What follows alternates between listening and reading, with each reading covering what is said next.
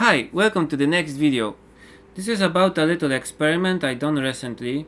I have been using a lot of this white Watson watercolor paper for my comic project.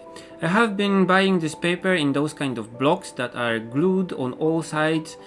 I really like the texture and I like how it behaves with watercolors, and it's kind of cheap for its quality.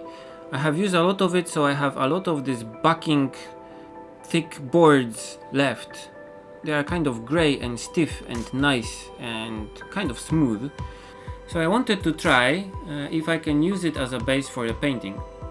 So first I removed the front cover and fixed it to a wooden board. I chose then a photo that I had on my iPhone. I wanted to paint it sometime.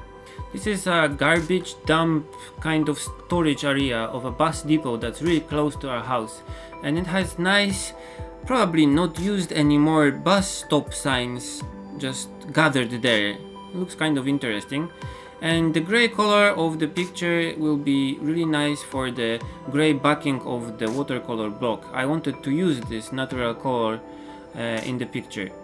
Because of this, I chose not to prime it with anything or paint it white. I just wanted to test if I can paint directly on the board. Here you can see the colors I used. Most of the colors are made by Turner, but I used two colors by Nicker also, and this is the company that is really well known in Japan from making the poster color paints that are used in the animation industry. So I also bought some acrylic gouache from them and wanted to try them. I really like the Renga one. Renga in Japanese means brick, so it's reddish brown color. I like a lot. And the other colors are really standard set, but I don't use black here. Because the picture has a lot of grays, I use the mix of ultramarine, the Renga color, and sometimes some viridian to make the grays.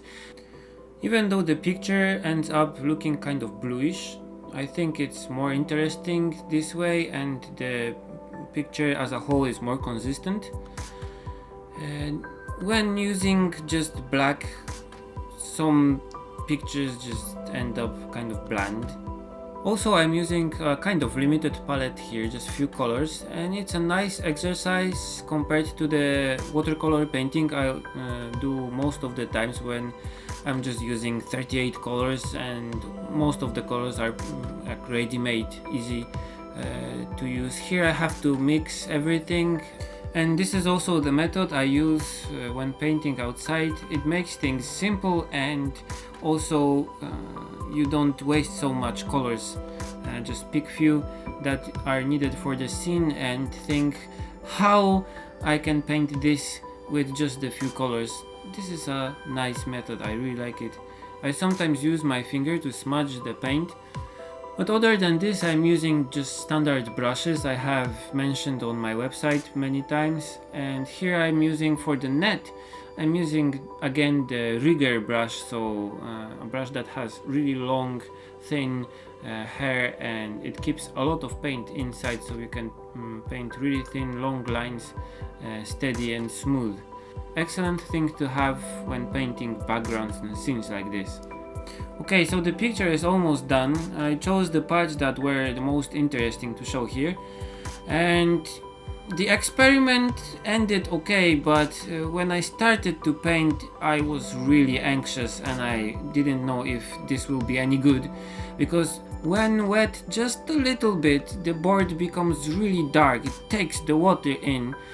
So while painting I didn't know how the color will end up looking like when dried properly.